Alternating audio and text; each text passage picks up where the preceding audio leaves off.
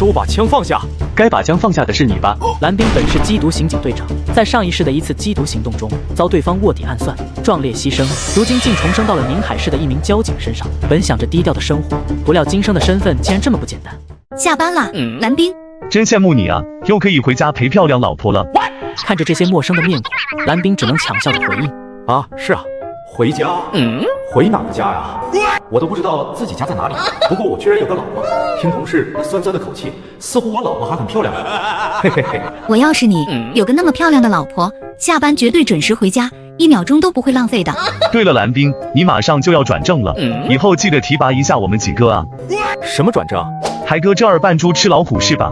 你老丈人可是咱们市委的书记，嫂子还是刑警支队的领导呢，你去分局随便当个小队长什么的，岂不是轻轻松松？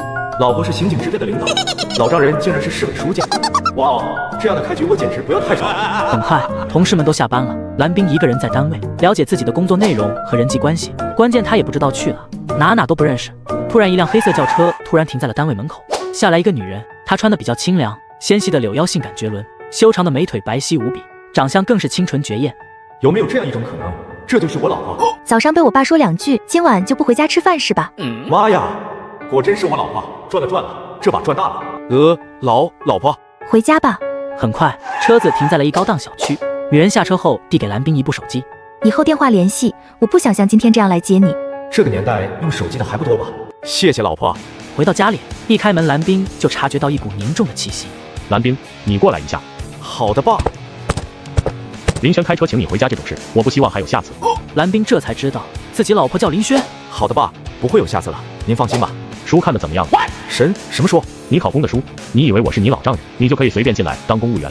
我告诉你，笔试这关，你必须给我过。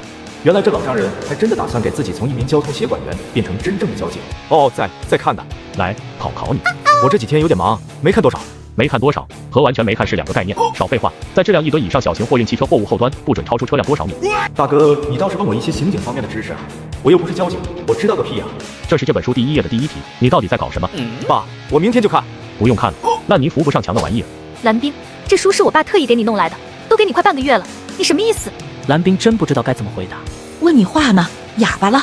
蓝冰是个出了名的倔驴，对待罪犯那是毫不客气的。什么时候受过这种窝囊气？我一回来，你们就搁这审问犯人一样审我。我入赘进来是给你们当女婿的，不是当狗的。要看我不顺眼，明天就去民政局离婚。此话一出，所有人都怔住了。这市委书记刚招的一个上门女婿进来，马上就离婚，这传出去，他面子还要不要啊？蓝冰，反了你了！你的一切都是我给的，你在这吼什么？我逼着你给我了吗？离婚，必须离婚！你真的是气死我了！爸，你是不是单位上遇到了什么事情？你发这么大火做什么？是这小子太不争气，我当初怎么看上他了？蓝冰，去洗澡睡觉去。林轩也洗了个澡，穿着一条连衣裙走了进来。林轩竟然从床底下搬出一张折叠床，随后将其打开，放了一个枕头在上面，就这样盖着被子睡在了旁边。结婚之后分床睡，看来已经有一段日子了。吃早餐的时候，一家人也没什么交流。爸妈，林轩，我都想好了，从现在开始我搬出去住，明年这个时候我回来和林轩离婚。你入赘我们林家，给你买车，给你安排工作，你还不知足是吧？他要离就等他离。好，谢谢爸妈的理解，那我走了。蓝冰带了500块钱，偷偷租了个房子住，免得别人说闲话。结了婚还住宿舍什么的。很快3个月过去了，蓝冰天天看书，感觉自己眼睛出问题了，医生又说没有任何问题，于是他请假1天，在家里休息。第2天一早，让蓝冰发现了一件不得了的事情，家里的一只苍蝇就仿佛放慢了速度一样，蓝冰甚至能够用筷子夹住苍蝇。难不成自己觉醒了异能？他发现自己眼睛不仅可以捕捉极快的速度，还能够做到过目不忘，任何他看过一遍的东西就能记住。这要重新回去参加个高考，不得分分钟考个状元。蓝冰报考的单位是宁海市刑警支队技术大队，不用想，蓝冰被录取了。老林啊，你这家伙的眼光是真的毒辣。从何说起？你家女婿蓝冰以综合成绩几乎满分考进了我们支队刑侦科，这么多年以来，这是头一例。你说蓝冰考进了你们刑警支队？是啊，你不知道吗？哦，知道是知道，但是没想到他能过。得了吧，你自己女婿什么水平你自己不清楚，要没2把刷子怎能入你的法眼？不是你面的他？对啊，我以为他走了什么关系，所以昨天早上我亲自面试，一共6个备考人员，就只有蓝冰对我的问题对答如流，而且找不到任何毛病。说实话，我在刑警队这么多年，我没有遇到过这种天才。下午，林正山回到家。今天周末，林轩和他妈妈于爱莲都在家里。林正山脸上罕见的出现笑容。孩子他妈，吩咐厨房今晚搞几个好菜，另外把我战友送我的那瓶茅台拿出来。咋了？这是有什么喜事？蓝冰以第1名的成绩被宁海刑警支队录取了。林轩啊，你赶紧给他打个电话，晚上给他庆功。蓝冰考上刑警了。你们政委今天和我说的，我也是才知道。他不是考交警吗？怎么来刑警队了？他肯定是想和你一个单位，赶紧的给他打电话。好。身为缉毒特战队长的你，却被兄弟出卖，壮烈牺牲，如今重生成了一名交通警察，并意外获得一双异能天眼，会延续你的荣耀吗？老丈人得知蓝冰被刑侦录取了，高兴的让女儿打电话通知晚上给蓝冰庆功。电话打不通，应该是换号码了。估计他还在赌气呢。这都过去半年了，什么气能赌那么久？我觉得蓝冰是不会回来了。不可能，不然为什么放着更容易的交警不去考，偏偏要来刑警队？要知道支队每年才招1-2个人，他是想和你一起工作。林轩并没有说什么。大家欢迎了新入职的同志蓝冰。就这样，蓝冰也正式成为宁海市刑警支队刑侦科的一名警察。突然，一位民警冲了进来。杨队，出事了！出什么事了？宁冈区贺龙山公园发现了一具无头女尸。贺龙山刑警大队没出警吗？发现尸体的人是咱们省书记的太太，现在市委要求15天内必须破案。15天，所有人员带好装备出警。杨队长带队火速出警。别紧张，很快就习惯了。干咱们这行的，经常和尸体打交道，有什么不懂可以问我。好。案发地点贺龙山公园后山，排水渠下面躺着一具浑身赤裸的无头女尸。很快，蓝冰打量着尸体，凭借他那双敏锐的眼睛，立马判断出了很多信息。现在的气温为3至6度，根据尸体腐败程度来看，死亡时间应该是10至12天前。被害者颈部切口粗糙，并非锋利刀具等器物所致。被害者身上有明显的擦痕，所以这里应该不是第一现场。被害者大概率是被拖行过来的。右前方地面有残留血痕，血痕所指方向是公园南侧树林，而拖行一个成年人体力损耗严重，作案地点不会太远。小伙子，你是法医吗？我是宁海市刑警支队新入职的刑警。你说前方小树林才是第一现场？没错，尸体是被拖过来的。小杨，你带几个人去那边树林勘察一下。是。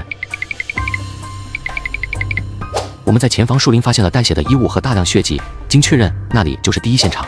小同志，你叫什么名字？我叫蓝冰，他是我们市委书记的女婿。这样，那如果这件案子交给你负责，你最快多久能破案？10天。这小子是初生牛犊不怕虎啊！蓝冰，这话你可不能乱说，你有几成把握呀？8成。说说原因。案发现场和抛尸现场距离不过300米，证明凶手大概率是临时犯案，而且被害人颈部的切痕也不是利器所为，很像是石头或者是别的不锋利器具。也就是说，这并不是一起有预谋的凶杀案。只要能想办法确认被害人身份，我甚至能在3天内破案。杨队直接愣在当场，黄桂珍也是有些震惊地看着蓝冰。说实话，他今天挺晦气的，要不是眼前这个警员说他10天内能破案，他都想直接打电话去骂人了。你是这案子的负责人吗？是的。案子交给你，几天能破案？这个不好说。行了，你没把握，那就把案子交给有把握的人来。我今天心情特别不好，一大早的来你们宁海市就遇到这种晦气事。既然你说你10天内能破案，那么我现在给你们支队长打电话，我让他把案子交给你负责。黄桂珍直接给蓝冰的领导打了个电话过去。黄队长，老姐，我知道你要说什么，保证全力侦破此案。说话的人是支队长老黄，是黄桂珍的亲弟弟。你们技术大队有个警员叫蓝冰，他的刑侦能力非常强，任命他当组长，不然你这案子半年都未必能破。老姐，这种事情怎么能乱来？蓝冰他才刚入职，我看人很准的，这个蓝冰和其他同志不一样。行，那我马上开会成立专案组，任命蓝冰为组长。要是他办案能力不行，我立马换人。好，就这样吧。林正山任宁海市市委书记6年，凶杀案一起接着一起，而且几乎就没有成功破案的，都成了悬案挂在旧宗室。现在倒好，省委书记的老婆来宁海市采购东西，居然还遇到了这种事。书记，出事了！又出什么事了？省委夫人要求把本案交由一名刚入职的同志负责，他还立了军令状，表示10天内保证破案。新同志，和你女婿一个名字，蓝冰。胡闹！他以为他是什么名侦探，还是福尔摩斯，还10天破案，疯了吧？但省委夫人很看好他哦，还亲自给刑警支队长打了电话。您也知道，支队长是他弟弟。马上把林轩叫回来，让他去盯着蓝冰，这不胡来吗？是。无奈之下，杨健立马召集队伍，针对2.13排水渠无头女尸案，任命蓝冰为组长。各刑警大队、派出所、办案民警一律听蓝冰指挥。我除了拥有专业的刑侦知识外，还有一项任何人都不具备的异能，我这双天眼能看破一切。嘿嘿，抛开这些思绪，蓝冰专心将思绪放到破案中来。没多久，林轩来了。指挥中心让我来辅助你办案，你现在需要些什么？尽管开口。林队啊，你让支队派警犬队过来，协助寻找被害人头颅，这是重中之重。好，我立马安排。被害人尸体已经被抬了出来，法医正在对尸体进行初步尸检，办案民警也在现场拍照记录。被害人身高在155左右，体重90斤上下，肚子上有妊娠纹，初步判断已婚，生过孩子，手指上戴的金戒指还在，所以凶手的杀人动机不是财杀。另外，被害人双手比较细腻，不像是从事劳力活动的人群，再加上这克数不低的金戒指来看，被害人的家境应该很不错。如果不是谋财，那凶手的杀人动机就有可能是情杀、仇杀。结合被害人情况来看，奸杀的动机很大。当务之急是找到被害者头颅。蓝队，你认为被害人头颅会在哪里？跟我去第一现场看看再说。头颅大概率在那附近。林轩颇感诧异，这和半年前的蓝冰有着天壤之别，难不成他真的可以10天内破案？千禧牌的内衣，几百块一件的内衣，普通收入人群一般不会买。可以说，这个被害人很有钱。这时候，2名办案民警回来了。林队，我们把这周边都找遍了，没有发现被害人头颅。没事，一会儿让警犬队帮忙。不用了，我大概知道头颅在哪里了。你发现线索了？这棵树上有攀爬过的痕迹，树底下的鸟粪还特别多，大概率被害人的头颅被挂在了树上。大家立马抬头看去，突然一阵风吹来，一片茂密的树叶被吹开，一张煞白恐怖的人脸。身为缉毒特战队长的你，却被兄弟出卖，壮烈牺牲，如今重生成了一名交通警察，并意外获得一双异能天眼，会延续你的荣耀吗？凶手身上连凶器都没有，又怎么会去准备安全膜？很快，林轩安排人员上树，将被害人的头颅取了下来。幸好因为气温较低，所以并没有看到有蛆虫。究竟有什么深仇大恨，至于这么残忍吗？还把头挂在树上？就看蓝队能不能尽快破案了。从被害人头颅上面，你能发现什么蛛丝马迹吗？蓝冰的推理异于常人，再加上他那双拥有异能的双眼，他一下就能看出来。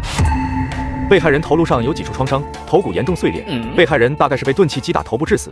根据伤痕的状态来看，凶器不像是铁锤、榔头等器物，反倒是像石头、砖头。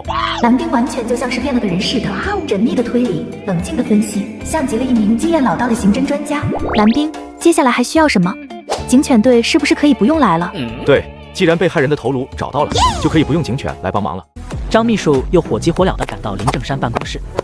有个好消息哦，专案组找到被害人的头颅了。这么快？被害人头颅是在哪里找到的？居然在一棵树上被发现的。我这个女婿可以啊，他是怎么想到的呢？好像是他发现了一棵树有攀爬痕迹，还在树底下发现了很多鸟粪。这种微小细节他也能发现，看来这小子还是有些本事的。案发现场，案子侦破还在继续。被害人五官特征已经完全扭曲腐烂，没有任何的辨认价值。想要确认被害人身份，估计有点麻烦。被害人家境优渥，失踪10天以上，家人肯定早已报警。我们可以调取一下最近的失踪人口报警记录。我认为被害人失踪到现在，他的家人还没有找过他，就证明根本没人报警，否则以他的家境条件，早就立案全程寻人了，不至于死亡10多天才被发现。蓝队，你的意思是被害人身边没有什么亲戚朋友？大概率早已离婚，处于独居状态。被害人手指上的戒指是20年前的款，只有港澳那边才有，由此证明该女人年龄应该超过了40岁。不是，叶队，你连那戒指是20年前款都知道？无意中翻过一本金店的书，里面出现过这个戒指而已。怪不得杨队让你来当专案组队长，你这过目不忘的本事是我梦寐以求的技能啊！现在当务之急是想办法复原被害人生前样貌。咱们支队有没有绘画方面的天才？现在这头颅结构还算完整，还可以进行绘画复原。我们的小雨同志就是这方面的天才。太好了，那就辛苦你了，叶小雨。放心，交给我就行。叶小雨立马从包包里取出画本和画笔，现场对着被害人头颅就开始进行绘画复原。没想到警队还有这种天才。对了，小凡，能给我看看你本上记录的都是什么吗？都是破案的一些随行记录。给这个张小凡竟然在这么短的时间里写下了这么多东西，并且还将整件案子梳理得非常清晰，包括自己说的每一句话，找到的每一个证据。蓝队，我根据你的推理梳理了一下整个凶杀经过，你看看还有没有什么纰漏？好，你说。根据你的推理，被害人大概是10天前的晚上，被人使用砖头或者石头重击头部而死，死后被凶手割下头颅，将其头颅挂在树上，剩下的躯体则是拖到了300米外抛尸排水渠。大概就是这样。凶手使用路边石头或者砖块当凶器的行为来看，凶手和被害人应该事前不认识，大概率不是情杀，也不是仇杀，那犯罪动机很可能就是奸杀了。一会儿等小雨画好后，就把尸体和头颅送回去支队法医科，看看被害人生前是否遭到过不良行为。可我总有一种预感，这起案子和平常遇到的不一样，但却总说不出原因在哪里。蓝冰，你还发现别的什么线索没有？一个成年女性，头颅大概8至10斤，带着这样的重物，能轻松爬到那么高的树上，这证明凶手是一名特别善于攀爬的专业人士，这其中包括伐木工、电工、护林员，还有就是特殊的一种职业——采蜜人。纯野生蜂蜜非常值钱，所以在宁海市就有不少采蜜人。好，那我马上安排人员对着周边进行排查。先别急啊，等尸检报告出来再说。如果被害人没有遭遇不良行为，那我们的调查方向又会大不相同。我明白了。很快，叶小雨画的头颅画像就画好了。被害人生前长相和这素描画像不会有太大的差异。警队有叶小雨这样的天才，太难得了。领导对这起案子十分重视，要求我们尽快破案。10天，你有没有把握？有，我要一直等到今晚10点过后。我也是这案子的负责人，我们应该一起调查。那好吧。支队传来通知，被害人尸检报告，死亡时间大概是11天前。被害人体内并没有提取到男性水分，会不会是凶手戴了安全膜之类的？根据我的推测，大概率不可能。凶手身上连凶器都没有，又怎么会去准备安全膜？既然如此，那杀人动机究竟会是什么？根据我的推测，有2种可能：第一，凶手是个不正常人类，有着暴力倾向人格，或者说本身就精神不正常；第二，凶手和被害人之间因为一些事情发生了争执，临时起意。比如呢？比如说，被害人和凶手发生口角，凶手一气之下捡起路边石头将被害人砸死。你这么一说，还挺合理的。被害人的年龄和身材都不是能够勾起男人欲望的类型，奸杀的可能性确实不高。所以想要破案，还得晚上亲自勘察一遍。身为缉毒特战队长的你，却被兄弟出卖，壮烈牺牲，如今重生成了一名交通警察，并意外获得一双异能天眼，会延续你的荣耀吗？一个40多岁甚至50多岁的女人来买补肾药，目的是什么？当然是给自己老公补身体。但就目前情况来看，她应该是没有老公的。那就是情人或者是包养的男人了。晚上，蓝冰为了搜集线索，依旧站在公交车站牌旁观察。由于夜间气温骤降，林轩冷得一直在搓手。时间差不多了，跟我来。蓝冰，你干什么？我干什么？我什么也没干，你着什么急？自己绊倒了，还说我？哼，讨厌，都怪你。行了，找线索要紧，起来吧你。蓝冰开始模拟整个犯案的过程，周围的花草树木，一切环境就是这起凶杀案的见证者。突然，蓝冰停了下来。你发现什么了吗？你说，如果被害人脑袋猛烈撞击这个广告牌，会不会留下痕迹？你是说，你看这广告牌表面有一些很明显的划痕，应当是被害人疯狂挣扎，指甲划到的。而最明显的是这边，可以明显看到几滴血渍。你的观察真仔细，大白天都不一定能看得出来。蓝冰，你太棒了。被害人额头上的巨大伤痕，应该就是在这广告牌上撞击所造成的。至于后头骨的伤，应该是石头砸击，那才是致命伤。被害人遇害的第2现场，周围就有很多乱石，并且上面也都有血迹。所以，凶手将被害人拖到树林进行的分割，凶手也一定会浑身是血，而这周围并没有一个能洗脸洗手的地方，只要遇到路人，都会被发现不对劲，这是破案的关键。蓝冰又带着林轩来到抛尸的地点，那个排水渠的位置。一路走来，你有没有发现一个问题？怎么说？你没发现这大晚上的完全不需要使用电筒吗？这路灯足够亮。我记得市里并没有安装这种大路灯吧？应该是对面的肉菜批发市场安装的。我觉得再过一会儿，他们就该卸货工作了。果然，没过多久，很多大货车就来了。他们开始忙碌着卸货、搬货。从公交车站那里开始，就陆陆续续停满了货车。很多搬运工推着斗车经过这条路。这就是我一直坚持到现在的原因。凶手根本不可能在这么多人眼皮下行凶，唯一人少的时候就是下午6点过后到晚上10点这段时间。而10点前，公交车站都很多人，也就是10点到11点。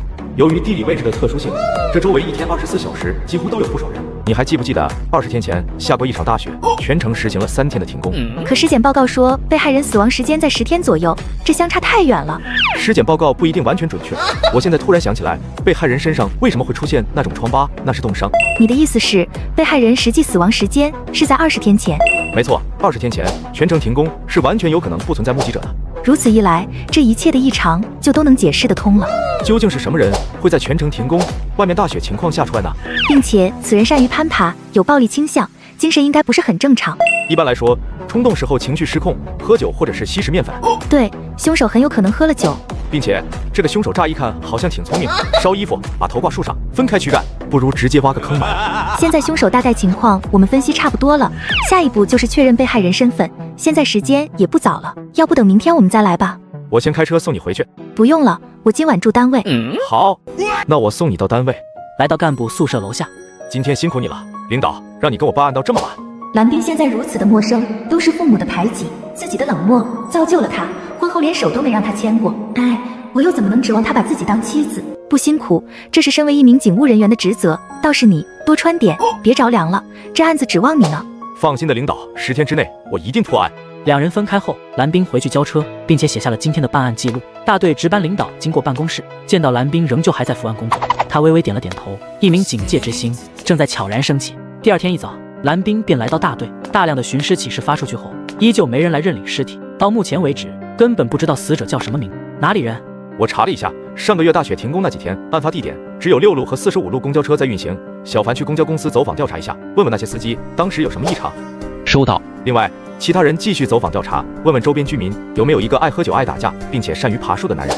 是。我再去法医科看一下。林队，你跟我一起来吧。好。在证物架上那堆烧焦后的土和一些树叶，蓝冰走过去仔细瞧了瞧，突然发现有奇怪的味道，类似于中药味。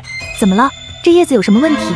这树叶和案发周围所有草本植物的叶子都不一样。你的意思是，这树叶很有可能是凶手留下的？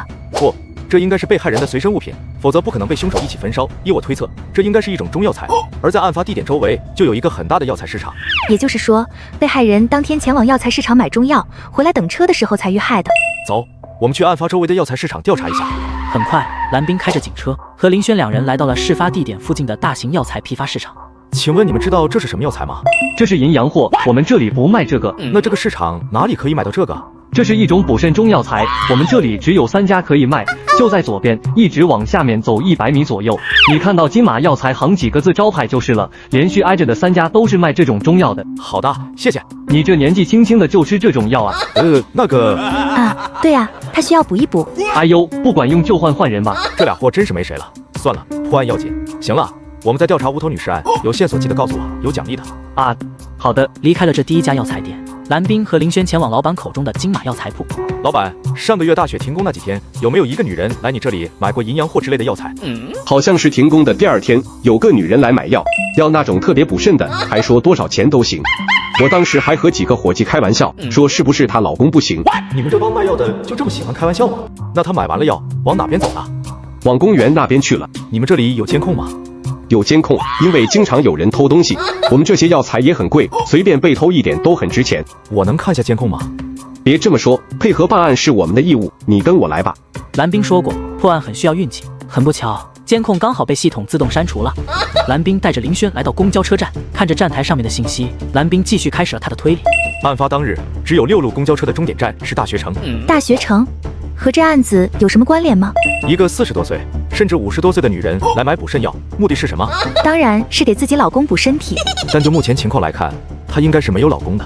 那就是情人或者是包养的男人了。没错，后者可能性最大。我有理由猜测，被害人在包养男大学生。所以你认为他过来买补肾补气的中药是给他包养的男大学生用的？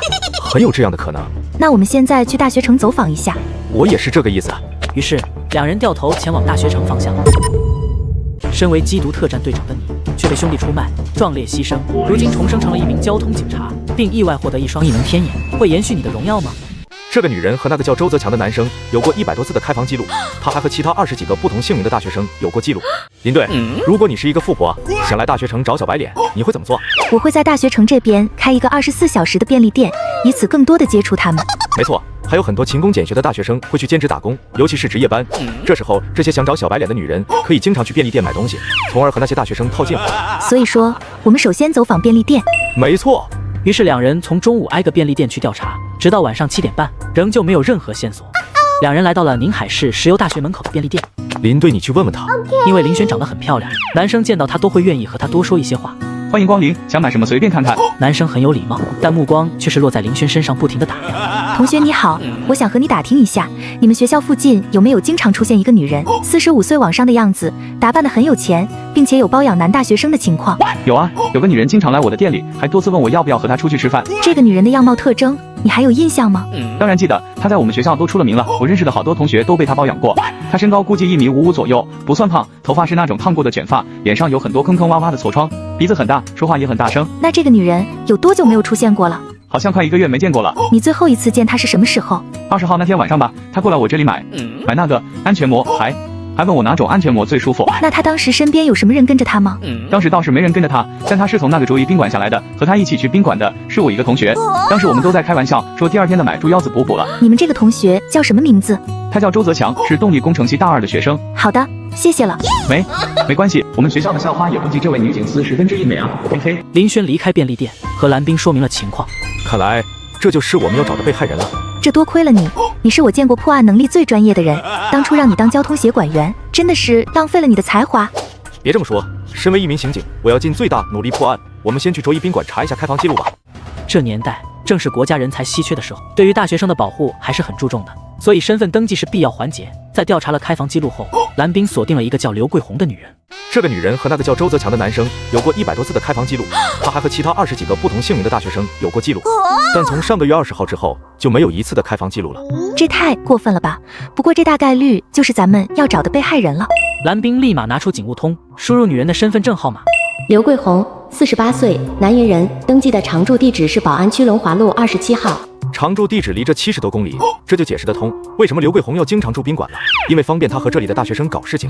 这个女人也太疯狂了吧！哎，你好，这个刘桂红你应该比较熟悉吧？啊，是的，她是我们这里 VIP 中 P， 怎么了？她遇害了。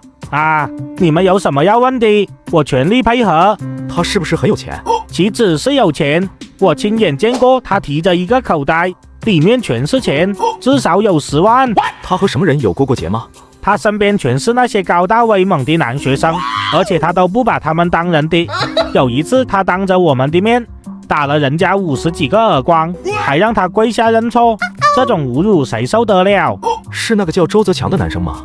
对对对，就是那个男生，他很高大的，1.85米以上，长得贼帅。好的，谢谢你的配合。走出宾馆，蓝冰深吸一口气，今天的一天的调查总算没有白费。林队要辛苦你回大队一趟了，你召集专案组，把今天的工作总结一下，然后想办法联系这个刘桂红的家人，让他们过来进行 DNA 比对，一定要尽快确认被害人身份。那你呢？我继续调查一下那个叫周泽强的男生。这种事情交给其他办案民警做不行吗？你昨晚就没睡几个小时，今早6点钟一直到现在，你打算今晚继续通宵？那好吧，你安排2个办案民警，现在就调查一下周泽强，我现在跟你一起回大队。好，我马上去安排。第二天一早，蓝冰便来到了支队主持会议。刘桂红有个弟弟，3年前因为抢劫入狱，档案里存有他的 DNA 信息，现在已经将被害人的 DNA 送去和他的弟弟刘桂云进行比对，相信很快就会出比对结果。蓝队，周泽强在20天前就离开了学校，理由是回家看病。20天前，也就是案发后的1-2天，这的确很可疑。确实很可疑。我让林队交代你们的那几个重点，你们调查了没有？都调查清楚了，这个周泽强喜欢喝酒、抽烟，因为酒后打架还被记过处分。那他体能怎么样？攀爬能力如何？体能很好，曾经代表学校获得过障碍赛第1名，尤其是攀爬障碍项目更是破了纪录。爱喝酒，有暴力倾向，善于攀爬，并且在案发后第2天便离开了本地，大概率就是他了。不管怎样，先联系周泽强，把他传唤过来再说。行，我马上去办。似乎这个周泽强成了最大的嫌疑人，杀人动机有了，嫌疑人的各种特征他也具备，但蓝冰总觉得有些不对劲。蓝队，这个叫周泽强的，大概率就是这个凶手没错吧？目前来说，他有这个嫌疑，但我觉得他多半不是凶手。你想想，一个为了钱可以卑躬屈膝给刘桂红跪下让他领乳的男人，为什么在杀了刘桂红之后不拿走他的财物？他身上的金戒指经过鉴定价值6000多，我们1年的工资也买不到。有没有种可能，周泽强杀人之后过于紧张导致的？根据我掌握的情况来看，凶手杀人之后非但不紧张，反而如同没事人一般。他的目的只是想杀死被害人，并不是为了钱财。此言一出，张小凡瞬间恍然大悟。对了，小凡，我让你去公交公司调查司机，你查的怎么样了？当班的司机恰好因为肾结石住院去了，明天才会回来上班，所以调查只能明天再去。好的，辛苦了。接下来这案子需要做的就是一个等字。这时技术科传来消息，经过 DNA 比对，确认了刘桂红和刘桂云的亲缘关系，并且在刘桂红的常住地址里，警方找到了一个保险柜，里面发现了30多万的现金和25根小黄鱼，还有4个存折，户头竟然还有200多万的存款。这个叫刘桂红的女人究竟是什么来历？怎么会这么的有钱？最离谱的是，她在公安系统里显示的未婚，也没有子女的记录，但尸检报告显示她是生过孩子的。那这孩子又在哪里呢？孩子父亲又是谁？种种的疑惑都需要一步步去解决。身为缉毒特战队长的你，却被兄弟出卖，壮烈牺牲，如今重生成了一名交通警察，并意外获得一双异能天眼，会延续你的荣耀吗？可以让这位警官姐姐先出去吗？当着这么漂亮的姐姐，我实在说不出口。好，她每次都让我吃药，一晚上折磨我10几次。刘桂红的妹妹刘桂芳来到了刑警大队。刘女士你好，你和你这个姐姐还有来往吗？老死不相往来，从来不联系。她结过婚没有？有没有子女？好像有个儿子，在港澳那边，具体也不清楚。你的意思是，他去过港澳那边发展。这么和你说吧，蓝警官，他早些年在那边跟着一个男人搞面粉的，我们都以为他死在外面了。行，具体情况我已经了解了，打扰了，你可以回去了。刘桂芳走后，蓝冰和林轩两人都陷入了沉思。也就是说，这个被害人刘桂红，早些年在港澳那边走的是面粉生意，敛财之后回大陆享受生活，开始疯狂包养男大学生。人在做，天在看，这个刘桂红仗着自己有钱，想必得罪过不少人。他的死归根到底还是因为太有钱，太膨胀。案子到了这里，被害人的刘桂红的身世已经全部浮出水面。很快，男大学生周泽强也来到了审讯室。为什么突然回老家那么多天？我身体出问题了，没脸回来。没脸？什么意思？我有器官功能退化了。这是刘桂红造成的吗？她对你做过些什么？可以让这位警官姐姐先出去吗？当着这么漂亮的姐姐，我实在说不出口。好。她每次都让我吃药，一晚上折磨我10几次。蓝冰皱起眉头，实在是不知道该说什么。他是按次数给你钱，还是包月制？1个月2000。2000？你就拿你的身体来开玩笑吗？你交代一下，案发前一天晚上，你和被害人都做了些什么？那天晚上我始终没能满足他，他就很不高兴，用皮带打我，用高跟鞋踢我。蓝冰继续对他进行了半个多小时的审问，过程中也并没有发现任何疑点。林轩随后也派出专案组进行调查，结果是嫌疑人周泽强所说全部属实，他并不具有作案的时间。案发到现在已经过去了4天了。我听你呼吸有点急促，你刚刚干啥来了？下雪吗？他们给皮卡装防滑链，让我去帮忙推一下车，给我累的。防滑链，我知道了。凶器不是什么石头，而是车子防滑链的铁锁。小雨，林队，跟我去法医科，快！蓝冰直接将锁头放上去一比对，不偏不倚，刚好和伤口重合。林轩和叶小雨两人都惊住了。谁能想到，这凶器竟然会是防滑链的锁头？我们单位的车全部使用的都是统一型号，私家车是不配备这种装备的。你是说？对，大雪，封路，人少。正适合要钱的人去市场收一些不正当的红利。这年代能进体制内的基本上都是关系户。我们暂时别打草惊蛇，林队，明天你和我再去药材市场调查一下。好，都听你的。你好，我们是反贪组的，近期接到举报，说是食品药品管理局有人私收红包和保护费，是这样的吗？终于有人来管了，那个叫罗志军的，你们就应该把他抓起来。你说的这个罗志军，上个月下大雪停工那几天，是不是来收过钱？对，大家都放假，他个天杀的过来要钱，不给钱就砸。这个人这么嚣张，难道就没人管？管不了，据说他有个亲戚在省里头管事的，后台硬着呢。林轩在本子上记录了下来。根据药材商贩所说，他那天穿的是一件体制内分发的棉大衣。被害人鲜血喷溅到衣服，会渗透到棉衣里面的棉花上，这就是我们目前唯一的突破口。我觉得，不管这个罗志军是不是凶手，我们都应该将他抓起来调查。他背后有后台，我们背后有国家。既然如此，召集专案组对罗志军实施抓捕，一边逮捕罗志军，一边搜集铁证。蓝队，我在罗志军家中找到了一双制式棉鞋，发现里面的棉花上有干涸的血迹，证明和被害人刘桂红的 DNA 一致。好样的，小雨，辛苦了。不辛苦，案子破了之后，你请我吃顿饭就行。当然。另一边抓捕罗志军也非常顺利。我没杀人，这事儿跟我有什么关系？赶紧把我放了，不然让你吃不了兜着走。哟呵，死到临头还这么硬气。没证据就快点让我走。行，那咱直接点，脏了的棉服你烧了，但是你那棉鞋里面的棉，我们已经做过化验比对了，你还有什么说的吗？我在大记忆恢复术的帮助下，嫌疑人罗志军交代了一切。杀人动机居然是一点鸡毛蒜皮的事。双方办完事在药材市场门口碰见，被害人想出钱让罗志军开车送他回大学城，罗志军说不差这点钱，还有事送不了，就因为这点事先是吵架对骂，最终上升到厮打程度。不过也能理解，这两人脾气都不好，都不是什么善茬。这时候民警小张走了进来。林队、蓝队，领导找你们。小林啊，听说你们把王秘书的小舅子给抓了，这怎么回事？他就是213无头女尸案的犯罪嫌疑人，我们已经有了确凿的证据。你们这么快破案了？之前没有确凿证据，我们都没有汇报。这是我们在罗志军家中找到的犯罪证据，他鞋子里血渍提取的 DNA 正好和被害人的 DNA 一致。太好了，你们俩可真给咱们支队长脸。另一边，市长办公室。市长告诉你一个好消息，213无头女尸案成功破案，嫌疑人已经抓获，证据确凿。这个蓝冰还真神了。你女婿能不神吗？行了，多做事，少拍马屁。张秘书刚走，省委书记亲自给林正山打了个电话。林市长，你这个女婿真不是一般人啊！让贵夫人受到惊吓是我的失职，10天内破案是我们对夫人能表示出的最大的态度。我家老伴对你女婿可是夸赞有加啊，我们会持续关注他的。于是两人一番客套，电话也就挂了。在铁证面前，罗志军招了供，案子也就结了。晚上蓝冰请大家吃了火锅。这次能够破案，多亏了专案组大家的通力配合。叶小雨，这杯敬你。最后要不是你，我们还真就没办法给罗志刚定罪。哪有？我这也是受你的启发。我觉得这一杯你第一个应该敬林队。对，林队才是我们的第一功臣。他作为领导，每天跟着我奔赴现场办案，多支持我的工作啊！没有他，这案子没那么容易解决。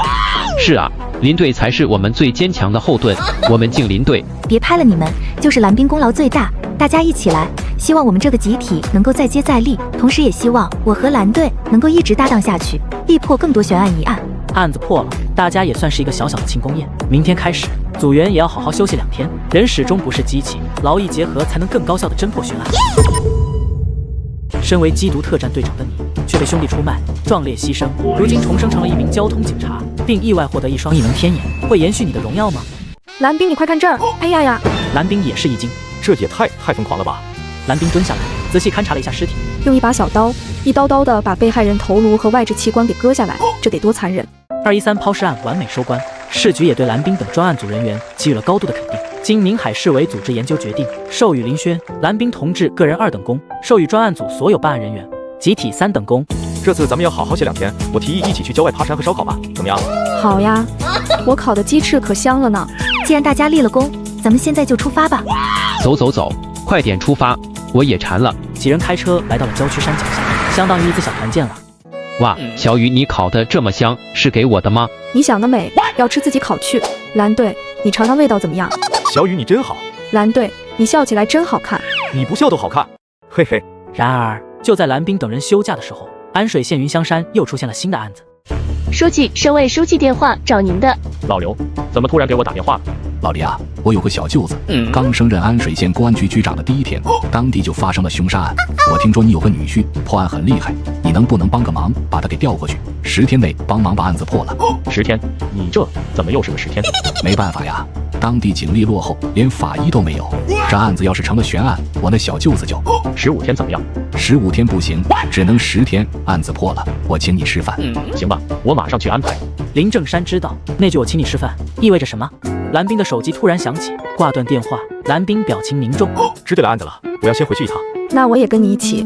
我也回去吧。既然如此，那大家都回去吧，跟着蓝队破案可是立功的好机会。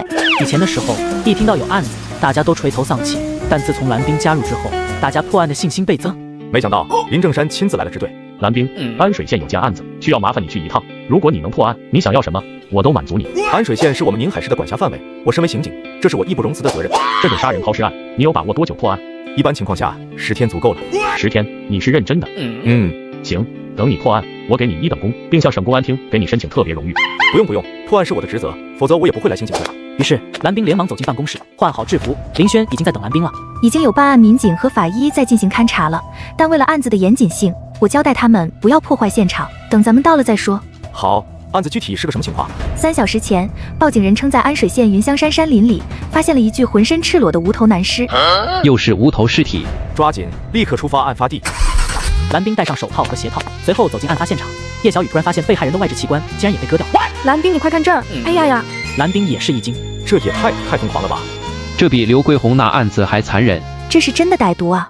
蓝冰蹲下来，仔细勘察了一下尸体，随后又看了看四周。根据尸斑的情况来看，死亡时间大概是3天前，脖梗和外置器官处的伤口为割裂伤，由此可以推断，凶器大概率是一把小刀。用一把小刀，一刀刀的把被害人头颅和外置器官给割下来，这得多残忍！被害人身上有大片淤青和捆绑痕迹，意味着他生前受到过非人的虐待。被害人应该是在活着的时候就被人生生割掉了外置器官。此话一出，张小凡和其他办案民警都顿时感觉身体一凉。蓝队，这案子破案的难度大不大？死亡时间是在3天前，这比刘桂红案要好办得多，我有信心很快破案。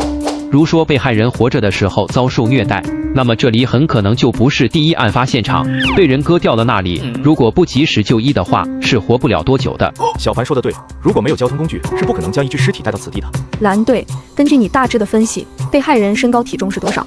被害人加上头部，身高大概在165左右，体重140斤上下。他的眼睛给他带来的特别能力，也是其他办案人员不具备的一种异能。被害人手掌粗糙，皮肤黝黑，应当是常年从事劳力活动的人。我看未必，被害者胸口的伤应该是一种气疮，是接触性皮炎的一种，所以才会呈现出一副好像被水泥腐蚀过之后的样子。而且被害人的左腿和右腿不对称，脚掌也比右脚掌小很多，应该是有残疾，行动不便。还得是蓝队分析的有道理。那接下来我们调查方向是什么？还是正常流程，先寻找被害人头颅，确认被害人的身份。那被害人的外置器官还要不要找？这就不用了，多半早就被老鼠之类的给吃掉了。那行，我马上安排人从案发地点向周围进行扩散式的寻找。好。蓝冰的眼睛就像是高清数码相机一般，一切关键细节都不会遗漏。法医没有检查到有其他的脚印，除了报警人和他的狗。报警人还在现场吗？我想了解一下。在上面。好，报警人叫做李忠贵，手里还牵着一条狼狗，背上还有一把很长的猎枪。你好，麻烦再给我讲述一下你发现尸体的过程。我带着狗出来打野兔，来到这里的时候，狗子就开始嗷嗷叫，我就把狗链解开，让它追过去，结果狗子突然停下，一个劲儿的叫唤。我走过去定睛一看，吓得我魂儿都差点没了。凶手基本上不可能将被害人头颅扔在这附近，从他选择的这个抛尸地点来看，就证明他智商并不低。晚上，蓝冰还在办公室分析案子，林轩走了进来。林队，我总结了几点：首先，凶手应该是个智商比较高的人；其次，他对当地环境非常熟悉；最后，他家里一定是有车的，摩托车、小车，甚至是3轮车，这样才可以将尸体运到那么高的地方进行抛尸。如果是摩托车，那么被害人应该是被什么东西裹起来，绑在摩托车后面进行运输的。蓝冰恍然大悟，林队，你提醒了我。如果说凶手用布裹着尸体抛尸的时候再解开裹布，这样的话尸体就不会留下痕迹。凶手用布裹着尸体的目的只是为了掩人耳目，也就是说，运输尸体的交通工具是没有遮挡的。那就只剩下3轮车和摩托车了。那我们只要重点调查当地拥有摩托车和3轮车的人就行。翌日，蓝冰和林轩两人开着警车再次来到案发地点。很快，蓝冰在其中一根尖刺上面发现了一块细小的布片。林队，把车里的镰刀给我扔下来。蓝冰，你小心点，我扔过来了。很快，随着镰刀扔下去，蓝冰不偏不倚，刚好伸手直接抓住了镰刀刀柄，这让上面的林轩愣了一下。蓝冰这反应能力似乎和正常人有些不一样。很快，蓝冰利用镰刀将整一株荆棘植物砍了下来，将上面的布片小心翼翼地扯下来。是蓝色的布片，包裹尸体的是这种蓝色布皮。马上给专案组打个电话，让他们查监控，留意一下摩托车或者3轮车后面有蓝色布皮卷的人。好。蓝冰和林轩这对组合无疑是破案的最佳搭档，但生活中，蓝冰曾是林轩一家子看不起的上门女婿。身为缉毒特战队长的你，却被兄弟出卖，壮烈牺牲，如今重生成了一名交通警察，并意外获得一双异能天眼，会延续你的荣耀吗？我估计被害人不是本地人就是外地人。别害怕，我们是警察，是来救你们的。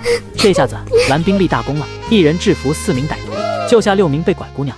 案发地点之所以有一条路，那是很久以前公社修的，就连当地村民都不知道那条路通往云香山山顶。就正常逻辑来看，惠水村这16户居民基本上都可以排除嫌疑，因为他们大多都是一些老人和留守儿童，况且被活人和被死人是2个概念。此时专案组也发现了类似3轮车或摩托车轮胎留下的痕迹，但是这7天以来的监控居然没发现任何一辆车子或摩托驶入那条路。支队那边传来尸检结果，初步认定为失血过多而死。也就是说，被害人很有可能是被凶手割掉外置器官后，活生生致死，才被割去了头颅，抛尸荒野。蓝队，我觉得当时报警那个猎人目前来说嫌疑最大，专案组那边有没有查过他？已经调查过了，此人不会骑摩托车，家里也没有车，并且他的行为从逻辑上说不通。也对，如果他是凶手的话，巴不得尸体永远消失。安水县已经将被害人信息发了出去，但是到目前为止还没有任何消息。我估计被害人不是本地人就是外地人。我意思大被害人概率是外地人。我们华北地区身高普遍都比华南地区高一点，极少有出现男性身高不足160的。蓝队，你意思是被害人是南方人？目前来说，这只是一个猜测。南方人年轻的时候比较秀气，少有大肚腩。被害人应该是上了一定年纪，至少得35岁以上。咱们这座城市外来人口不多，如果他常住在安水县，应该比较好调查才是。这样，小凡你继续调查一下监控里出入过那条路的所有人。小雨，你跟我一起去别的村子看看。张小凡和叶小雨两人立马听从安排，林轩要回去支队处理关于这案子的细节。随后，蓝冰开着车带着叶小雨前去别的村子调查。弯道也敢超车，车速还这么快。而就在蓝冰准备下车的一瞬间，这辆面包车突然倒车，随后猛然加速冲了出去。快上车，小雨！蓝冰利用自己的异能眼分析路况，一脚地板油，车子瞬间漂移，随后就冲着面包车追去。因为一切在他的眼里都是放慢的速度。蓝队，要不要请求支援？不用，免得说我们小题大做。终于，前方没有路了，见到对方停车，蓝冰也停下了车。你在车里，千万别下来。叶小雨不放心，还是拨通了林勋的电话。喂，林队，出事了，我们需要增援，马上把卫星定位发过来。蓝冰走了过去，面包车里下来了一个人。警察大哥，我就是不小心和你发生了剐蹭，您至于这样追我吗？站在那里别动。大哥，您高抬贵手，您要多少钱？您说。你跑什么跑？把车门打开，我检查一下。车里什么也没有。马上打开，我要检查一下。行，我马上给您检查。男人凑到了车子窗户边。龙哥，对方只有2个人，一男一女，身上没有枪，要不把他们干掉？西警示重罪，给他一笔钱，让他放我们走。如果实在万不得已，再灭口。蓝冰其实知道车里还有其他人，但他丝毫不慌。我说了，开门检查，你嘟囔什么呢？出来混，命最重要，您行个方便。车里有什么见不得光的东西吧？别这么说，我就是做点小本生意，大家都别为难大家，成吗？那看来我今天运气不错，要立功了。别和他啰嗦了，他可能叫了增援，赶紧解决了他，再把那个女警也搞走。这时候车门打开，车里下来了2个手持冻鱼的男人，直接就对着蓝冰冲了过去。面对3个手持冻鱼的男人，蓝冰竟然没有逃跑。蓝队他这么能打的吗？短短10几秒，蓝冰轻松制服4人，随后用手铐将他们铐在汽车保险杠上。蓝队，你没有受伤吧？放心吧。蓝队，刚才我都担心死了。好了，没事了，我们去看看面包车里什么情况。好。打开车门，全是被五花大绑的年轻姑娘们。别害怕，我们是警察，是来救你们的。这下子，蓝冰立大功了，一人制服4名歹徒，救下6名被拐姑娘。车上还有行车记录仪，清楚地记录下蓝冰救人的全过程。小雨，做笔录。是。叫什么名字？朱天强。年龄籍贯。于是过了大概不到10分钟，林轩带队赶来，见到眼前发生的这一幕，林轩和特警们都惊呆了。4名歹徒被铐在车子后面的保险杠上，不停地哀嚎。蓝冰，你没事吧？没事，我和小雨都没受伤。这都是你干的？这都是蓝队一个人打倒的，我就躲在车里啥都没干。林队，你不知道，蓝队好厉害，我当时都吓傻了。只要人没受伤就好。看来下次出来走访我得带枪了，这次真的太危险了。什么？你们没带武器？对呀，这些歹徒都是蓝队赤手空拳制服的。不是吧？有这么能打吗？有行车记录仪呢。我非得看看才行，这也太玄乎了吧。孔队长觉得他们是在吹牛皮。蓝冰，现在指挥权交给你。所有人听令，云香山无头男尸的案子先放一放，我们还有更重要的任务。所有人立刻将这些歹徒押上车。这时候林轩才注意到前方的面包车里还有一些女孩。蓝冰，这是怎么回事？这6名女孩都是他们拐卖来的，刚好被我们遇到。是啊，蓝队一个人和4个歹徒搏斗，成功救了6名女孩。蓝冰，你立大功了。林队，我们还有一个行动，据歹徒交代，还有一伙人贩子将会在明晚10点前往双凤山码头，至少还有5名以上被拐卖女孩在他们手里，我们必须将其全部营救出来。我知道了，我马上打电话给我爸的秘书。市长，您的女婿出事了。出什么事了？蓝冰在调查云香山无头男尸案的过程中，无意撞到了一伙拐卖少女儿童的歹徒。他一个人赤手空拳和4名歹徒搏斗，成功救下了6名女孩。啊，你是说真的？千真万确，是林轩林队长告诉我的。他说一会儿要亲自找您。我女婿有没有受伤？丝毫未损。太好了，哈哈哈哈。总之，行车记录仪都记录了，到时候整理一下，给蓝冰写立功材料就可以了。这要是真的，高低的是个1级英雄模范，就这功劳，过几年都可以让他当支队长了。林队，一会儿我扮演人贩子，可能会对你有些其他行为，你不要介意。放心，你怎样都行，我不会介意的。这，都是为了救人。跟着蓝冰来破案，人人都是嫌疑犯。很快，蓝冰等人回到了宁海市公安局，正巧林轩的父亲林正山也在。蓝冰，好样的，我真为你感到骄傲。林叔叔，时间紧任务重，我当场对人贩子朱天强进行了审问。据他交代，明天晚上还有另外一伙人贩子将会在双凤山码头接头，至少还有5名被拐少女在他们手上。我请求市长给我权力，我要把被拐少女全部救出来。林正山怎么也想不到，当初自己瞧不起的上门女婿，居然这么的优秀。他现在肠子都要悔青了。你说你要多少人？有什么计划？给我配备一支训练有素的特警作战队，30人足够，前提是100%服从我的指挥。30人够不够？要不给你多配点？不用，30人足矣，多了反而会出问题。可是你怎么保证被拐少女们的安全？歹徒很可能鱼死网破，如果撕票的话，那这个后果可就……林叔叔您放心，我已经计划好了。人贩头目朱天强答应帮助我协助营救被困少女，前提是戴罪立功，免除死刑。我明白你的意思了，这任务你要是完成了，我去给你申请1级英雄模范奖章，但是切记，一定要保证被困人员还有你们自身的安全。奖励都是次要的，营救被困人员才是我们义不容辞的责任。好样的！林正山现在巴不得上赶着蓝冰，大家都能看得出，一颗警戒之心正在悄然升起。对了，林书记，我想带上林队，让他当副指挥员。蓝冰是想让林轩也一起拿一份功劳。蓝冰，叔叔当初那样对你，是叔叔的不对，现在你还能想着我女儿，叔叔很感激。不，此次任务我必须要林队的帮助，林书记不必多想。蓝冰，我只有一个女儿，不管是你还是林轩，都不能少一根手指头，你明白我的意思吧？林书记您放心，我以性命担保，绝不会出事的。蓝冰来到审讯室，给歹徒朱天强带了一瓶酒。这次任务要是完成，这瓶酒我就赏你了。多谢大哥，你要我做什么，我全力配合。现在打电话给船老大，就说你们10点钟过去，让他们接应。行，没问题。蓝冰将电话交给朱天强，很快给船老大打了个电话过去。喂，刘哥，我这边搞定了，6个姑娘都漂亮的很，今晚10点钟码头见啊。这么多，都是原装的吗？是不是原装的？你一会儿自己看看不就知道了吗？嘿嘿嘿，也成就当是活动筋骨了。刘哥，你可不能乱来啊，原装的很值钱的。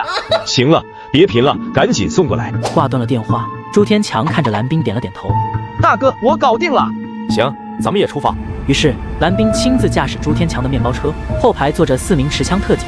一会儿到了，我会想办法制服那名手持来扶枪的家伙。一旦成功，你们立马冲出来，听明白没有？蓝队，这会不会很危险啊？放心吧，你们队长打架厉害得很，要不是对方有枪，我觉得他一个人都能搞定。很快，面包车就抵达了交接地点，码头停着2艘船。蓝冰利用自己的异能眼注视着一切。喂，龙哥，我到了。把车开进来啊！我看到你们了。好嘞。挂断了电话，蓝冰在距离4个黑色人影10米左右的时候把车停了，随后示意朱天强一起下车。哟，刘哥，想死你了！蓝冰拿着一盒烟上去发烟，来到那名拿来扶枪的人面前，突然，全部不许动！此刻，面包车里特警们瞬间冲了出来，冲锋枪直接对准了所有人。都别动，双手抱头，趴下！蓝冰这时候立马拿出对讲机，任务完成，都过来吧。很快，林轩带队赶赴现场。接下来就是最后的营救了，希望能够圆满完成任务。别给自己太大压力，我相信你。如果情况合适，明晚我想让你和我演一出戏。怎么演？你扮演被拐卖的姑娘，我扮演人贩子。好，我相信你。说完，蓝冰便去找朱天强。明天晚上来的那群家伙，你认不认识？就认识其中一个，我们叫他独眼哥。那这个独眼哥认识你的其他小弟吗？不认识。行，我知道了。喂，林轩，怎么样了？所有歹徒都被我们控制了，任务一切顺利。太好了，你和蓝冰注意安全。接下来就等明天了。如果能成功营救出所有被拐人员，那这将成为宁海市今年以来最有功绩的一件大事。第二天，现在距离接头还有3个小时。蓝冰和林轩说着计划。林队，一会儿我扮演人贩子，可能会对你有些其他行为，你不要介意。放心，你怎样都行，我不会介意的。都是为了救人。很快，朱天强手机响了，果然是独眼打来的。强哥，我们快到了，还是以前那里是吧？对啊，我都等你老半天了。你要美女，我要赚钱，速度点背。行，10分钟后到。一辆白色面包车缓缓驶来，蓝冰见状和朱天强使了个眼色，于是3人就走了出去。独眼哥，好久不见。强哥，你哪里搞的？太极品了。行，可以，真漂亮。这位大哥，你不厚道，你的姑娘们呢？你这小老弟真不懂事啊！阿彪、阿军，把人都带出来吧。走吧，进屋里再说。也是，外面不方便。然而他不知道的是，这一切都是蓝冰给他布置的陷阱。此时特警队已经在屋子里埋伏好。强哥，我们现在可以交换姑娘们了吧？好啊。独眼示意5名女孩走过去站成一排。小老弟，把这女人给我背，我先检查检查。好啊，她现在就是你的了。随即，无数特警冲了进来。都老实点，不许动。30名特警冲上去，把他们全部按在地上，很快就用手铐铐了起来。林轩立马跑过去安慰那些女孩，并且帮他们把胶布撕掉。指挥中心，我是019任务小队，019营救被拐人员任务圆满完成，5名被拐人员全部获救，没有人员伤亡，没有人员伤亡，汇报完毕。喂，林轩。爸，告诉你一个好消息，任务圆满完成，5名被拐人员全部救出，抓获4名持刀歹徒，没有任何人员伤亡。好，太好了，你们太棒了，我去支队等你们回来。很快，蓝冰等人带队回到了宁海市公安局办公室里。林正山听了蓝冰讲述的整个行动过程之后，激动地亲自给蓝冰倒茶。蓝冰，好样的！明天我就亲自给你打报告，给你申请英雄模范奖章。什么也别说了，我给你和林轩放1星期假，你们好好休息。那不行，云香山的无头男尸案，我才答应得10天破案，因为这件事耽搁了，还不知道能不能准时破案呢。这案子咱们可以缓一下。没事，破案要紧，等破了云香山的案子，再好好放个假休息一下吧。辛苦了，蓝冰。我觉得凶手不是白天作案，就是晚上作案的啊，而且不是熟人作案，就是陌生人作案的啊。跟着蓝冰来破案，人人都是嫌疑犯。蓝冰就这样凭借一己之力，硬是捣毁了一组人口贩卖团伙。整个宁海市，蓝冰还是第一个拿到这枚奖章的人。很快，蓝冰还要继续投入到云香山无头男尸案之中来。1天后，蓝冰和林轩骑着摩托再次来到了安水县，因为他们打算来一次犯罪模拟。一会儿我们模拟一下凶手的犯罪过程，我当凶手，你当被害人。好。我觉得凶手不是白天作案，就是晚上作案的啊，而且不是熟人作案，就是陌生人作案的啊。好了，现在我是凶手，你是被害人。既然监控记录7天之内都没有车子上去过，那么被害人被带进去的时候就应该是7天之前。被害人死前应该是活着的，被害人就坐在凶手摩托车后面，就像你和我现在一样。蓝冰，你是在吓唬我吗？我刚才说了，凶手不是熟人就是陌生人，但现在看来，被害人和凶手应该是熟人，并且他不会想到凶手将要了他的命。林轩紧紧将蓝冰抱住，因为马上就要上坡了，终于抵达了案发地。用时23分钟。我在想，这个凶手会不会就是当年参与修路的人？是有这个可能的。这周围咱们都勘察过了，没有任何血迹，所以第一现场不在这里。我们现在要先想办法把作案用的摩托车找出来再说。是我的话，直接扔下悬崖。我们来的路上，左边有一峡谷，下面是安水江。走，去看看。将摩托车从这里扔下去的话，是销毁证据的最好办法。你看草地上有轮胎的痕迹，凶手将摩托车驶向了悬崖边，这还有几个脚坑，居然是穿了鞋套留下的坑印。这也再次证明蓝冰分析的不错，凶手有着超高的智商。蓝冰，你的推理能力天赋是真的好强大呀！哇哦，这是一起有计划有预谋的凶杀案。但蓝冰始终觉得有些东西逻辑上他说不通。可他为什么要毁掉摩托车？蓝冰，注意安全。你说凶手会将被害人头颅抛弃什么地方？挖坑埋了，或者扔在山林里，总之不大可能从这里一起扔下去。可我不明白，为什么凶手要将摩托车扔下去？这不符合逻辑。蓝冰，你这么聪明，你认为凶手这样做的目的是什么？凶手智商不低，有没有可能是他想开着摩托车一起冲下悬崖，但最后一刻他怂了，从摩托车上跳了下来？蓝冰，看这里有个大坑，像是有人摔下来的时候留下的。这里居然还有个掌印，这应该是凶手摔下时留下的。这手掌比普通人的大很多，竟然比我的大了这么多。经过测量，手掌长度达到了23厘米。难不成凶手的个子很高？破案有很多不确定性，比如说凶手个子很矮，但手掌就是特别大，甚至说凶手有可能是个女的。也对，凶手不是男的就是女的。林队，这样你看怎么样？3天之内，案子如果还是没有任何进展，那么我们就进行打捞。我什么都听你的。今晚我们很可能会在某村子村支书家里留宿。林队，你有没有问题？只要能够早点破案，我都没问题。接下来，蓝冰骑着摩托车带着林轩离开了此地。林队，这附近有流水声，我们去看看。然而，就当他们走到河边的时候，不远处有个东西正在反光，一闪一闪的。是水果刀，被卡在了石头缝里了。这该不会是……如果这是凶器的话，那么分尸地点很有可能就在这条小溪的上游。蓝冰和林轩加快脚步，沿着小溪往上游跑。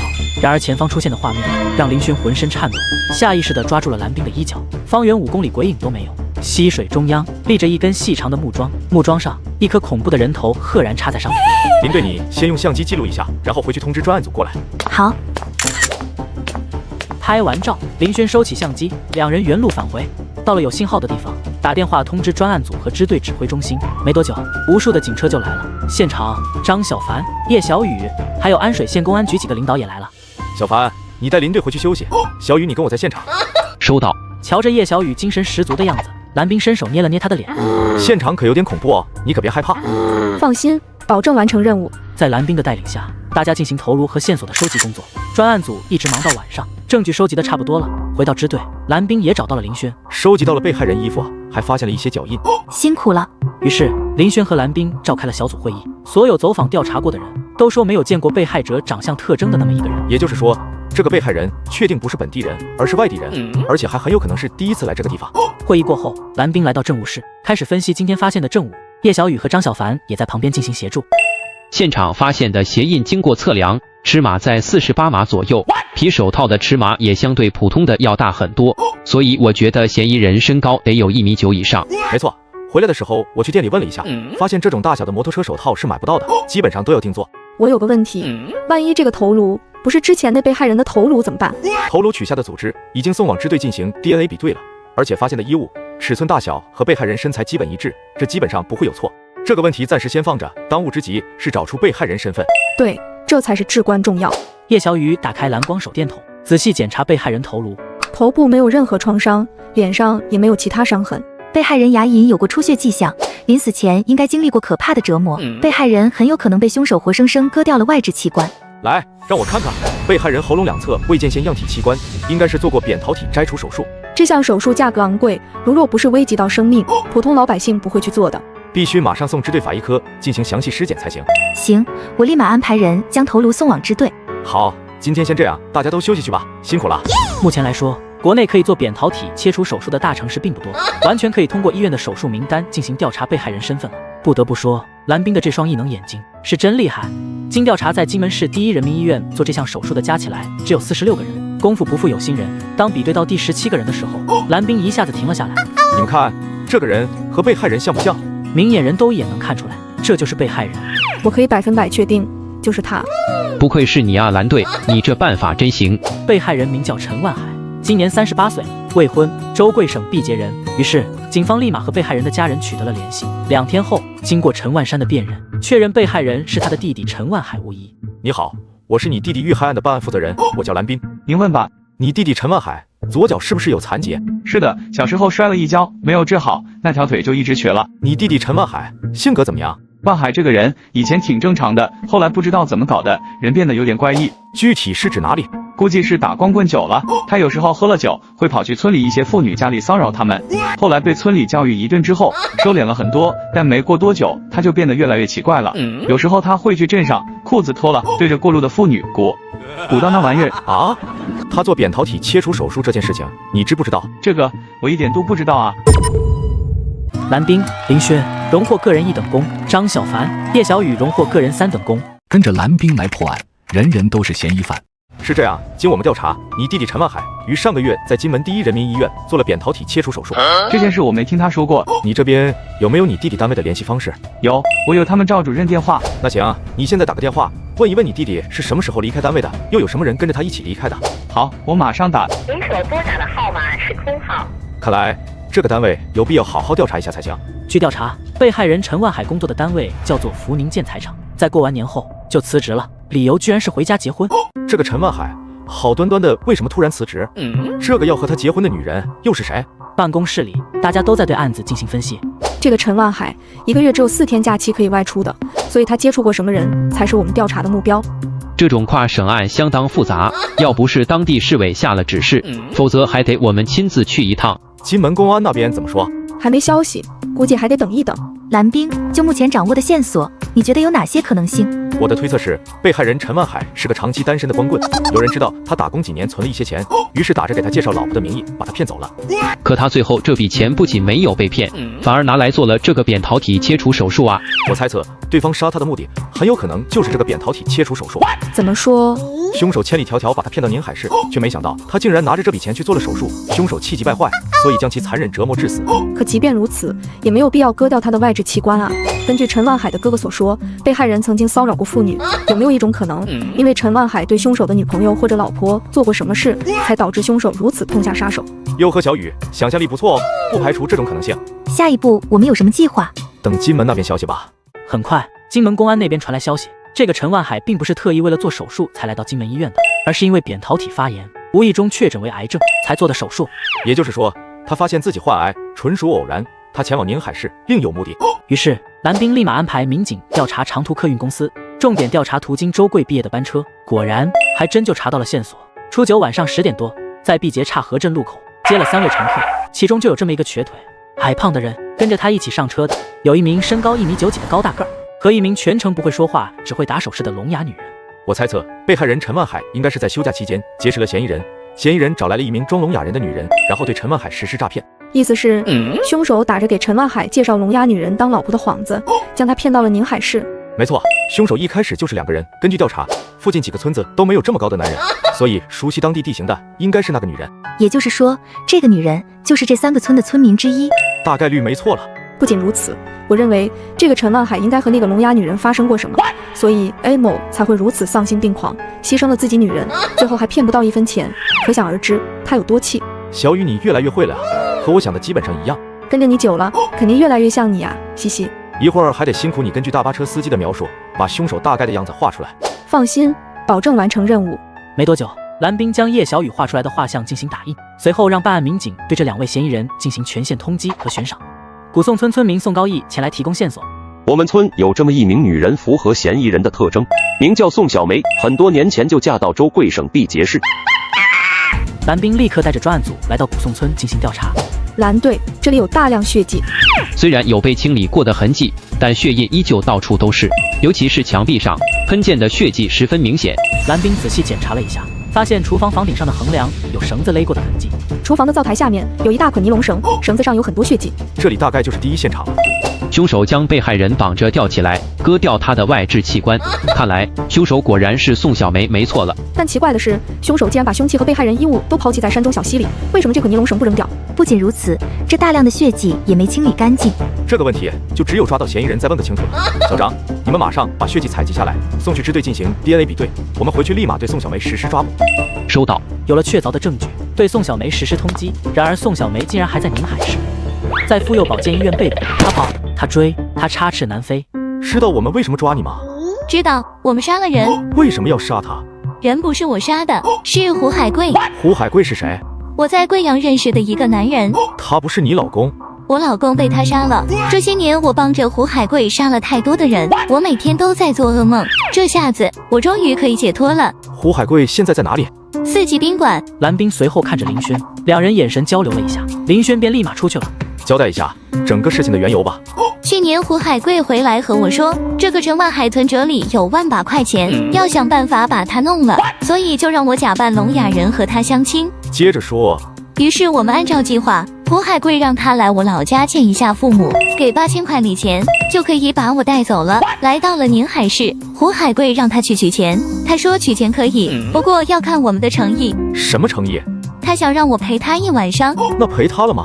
赔了。快结束的时候，他把安全膜给摘了，说想让我给他生个娃。胡海贵知道了这件事之后很生气，他说等钱搞到之后，要把陈万海碎尸万段。可是据我们调查，那笔钱他拿去做手术了。是的，那晚之后，胡海贵就失去了理智，他让我将陈万海骗到老家，让他生不如死。之后的过程和蓝冰推理的基本一致，蓝冰立马给林轩打了个电话。情况怎么样？嫌疑人已经被我们抓到了，正在回来的路上。太好了。我这边也已经全部交代了，但是牵扯到另外20起命案。好，我知道了，马上回来。胡海贵已经落网，那案子意味着就可以结束了。这起302云香山无头男尸案最终告破，嫌犯落网的消息也是第一时间传到了市长林正山那里。蓝冰、林轩荣获个人1等功，张小凡、叶小雨荣获个人3等功，专案组所有成员获得集体3等功。是时候摆个庆功宴了。被害人为女性，尸体被分成41块，包括被害人的内脏、四肢都是完整的。唯独不见的是被害人的头颅。跟着蓝冰来破案，人人都是嫌疑犯。云香山无头男尸案告破，蓝冰拿了1等功。宁海日报也刊登了他的传奇事迹。林正山让林轩今晚回家吃晚饭。林轩，你和蓝冰两人现在是什么情况？你们是一起同居在外面吗？我们早就分开了，手都没牵过。什么？你们结了婚，办了喜酒，手都没牵过？那你俩以前住在家里怎么睡觉的？我睡地上，他睡床上。哼，混账！你气死我了！怪不得人家蓝冰对这个家一点感情都没有，怪不得直接提出离婚，怪不得一直没把自己当父亲来看。是你提出分床睡的，还是他？是我。好啊，现在我才知道，这是不怪人家蓝冰，反倒是你不把他当丈夫看，他又怎么会把咱们当亲人？爸，你觉得你有把他当女婿看了吗？人家蓝冰明明是刑侦天才，你却让他去当交警。他当初离开林家，你挽留过吗？你现在学会和我顶嘴了是吧？现在蓝冰立功出名了，你又觉得对不起人家了。要是他没有考上刑警，没有立功，你还会把他当女婿吗？1年期限快到了，我和蓝冰说好了，到时候就离婚。你要是敢和蓝冰离婚，这个家你就别待了。林正山，你疯了！林正山，你冷静点，日子还没到。你如果真的为孩子们考虑，你就打个电话给蓝冰，或者亲自去找他，好好谈谈。总之我不管，我告诉你林轩，蓝冰这个女婿我要定了，我不会让你们离婚的。简直不可理喻！事情闹成这样，林正山无奈地摇了摇头，林轩也直接出了门。老林，我觉得你还是找蓝冰好好谈谈吧。也只好如此了。时间很快过去，1年期限已到，蓝冰正在资料室整理资料。蓝冰，你来我办公室一趟。是，林书记。今天我过来是想亲自给你说一声谢谢，在10天内完成了破案。林书记言重了，这是我的职责。蓝冰，今晚你和林轩一起陪我去河省纪委书记吃个饭，怎么样？林书记，此事怕是有些不妥吧？并无不妥，你最近立了很多功，这是领导点名要见你。是。饭局上出现了很多其他领导，这些人都是蓝冰一辈子无法接触到的。省纪委书记还亲自和蓝冰喝酒，林正山开心至极。吃完饭回到林家楼下，喝得醉醺醺的林正山竟然搭着蓝冰的胳膊，宛如两父子一般，拉起了家常。林书记，时间不早了，我就先回去单位了。这么晚了，就住咱们家就行了。再说了，你喝了酒不能开车。没关系，我打出租车就行。赵家河河滩，市政规划准备在那里修建一个大型造纸厂。然而，工人在清理河滩的时候，竟然发现了一个蛇皮袋，里面居然是一具高度腐烂的尸体。市委办公室，规划局局长就在林正山办公室里发牢骚。咱们宁海市怎么老是出这种案子？赵局，你觉得这件案子该怎么处理？我可听说你有个女婿破案非常厉害，你把他安排过去负责怎么样？我女婿刚刚立了大功，还没喘口气，这以后只要是案子都让我女婿去办，那不把他给累死了？除了你女婿，其他人办案我都信不过。1个月他要能把案子破了，我亲自给他写推荐信。听到这句话，林正山脸色稍微有些变化。行，有你这句话，我现在就去安排。赵局走后，林正山拿起电话正准备打给蓝冰，却不料秘书走了进来。书记，您女婿来了。来的正好。林书记，蓝冰啊，都是一家人，别这么见外，快坐下。林书记，我就不拐弯抹角了。我想今天和林队把离婚证办了。这个没问题啊，但是现在有一个比这件事更重要的事情，我需要你去做。只要是我工作范围内的事情，我义不容辞。你说对了，刚刚接到电话，四方县有一起棘手的案子，我需要你立即前往侦破。是。于是林正山当即将此案交给蓝冰负责，并且安排林轩和他一起侦办，目的是让两人多点相处。现在气温回暖，这具尸体可不像之前遇到的那样，听说已经长蛆了。预计40分钟后能抵达，先让那边的办案民警保护好现场。放心吧，已经让指挥中心通知了，你没到现场，他们什么也不会动。很快，蓝冰等人抵达了目的地，这味道简直是绝了。还没有走到现场，老远就闻到了一股臭味。林队、蓝队，先带我们去案发现场看看。是在前方河滩的芦苇荡里，有一白色蛇皮袋鼓鼓囊囊的躺在那里，微风吹来，传出阵阵恶臭。这袋子里应该还装了不少石头，你们把袋子割开，将尸块和石头分开装进证物箱里，我去勘察一下周边情况。6点钟上游的闸口要放水，必须抓紧点时间。闻言，林轩立马安排办案民警去处理，蓝冰则是对周围环境进行了一番勘察。怎么样，蓝冰？这里不是第一现场，让大家伙儿都撤走吧。好。蛇皮袋是从上游冲下来的，第一现场应该在距离此地至少2公里外的地方。蛇皮袋冲到此处应该有1个星期左右了。也就是说，1个星期以前，凶手把被害人杀害分尸装进蛇皮袋，扔进河里，不料被大水冲到此处，卡在了芦苇荡里。那蓝队，你能根据尸体判断出死亡时间吗？很难，哪怕是法医也无法给出准确答案。不知道法医那边拼接的怎么样？去看看吧。被害人为女性，尸体被分成41块，包括被害人的内脏、四肢都是完整的，唯独不见的是被害人的头颅。辛苦了，怎么又是无头尸体？我也是醉了。随后，蓝冰蹲了下来，对尸块进行仔细的勘察。骨头切口部分平整，但周围有碎裂痕迹，证明凶器大概率是斧头、砍刀等利器。蓝队能不能大概看出被害人的身高和体重？身高大约在160左右，体重和年龄无法估测。看臀部有块纹身。你不说，我还真没看到。一般来说，什么人会把纹身纹在臀部？正常情况下，没人纹这里吧？你说这个女的会不会是灰色技师？不排除，毕竟在这个年代，思想没有那么开放。很快，小雨将纹身画了下来。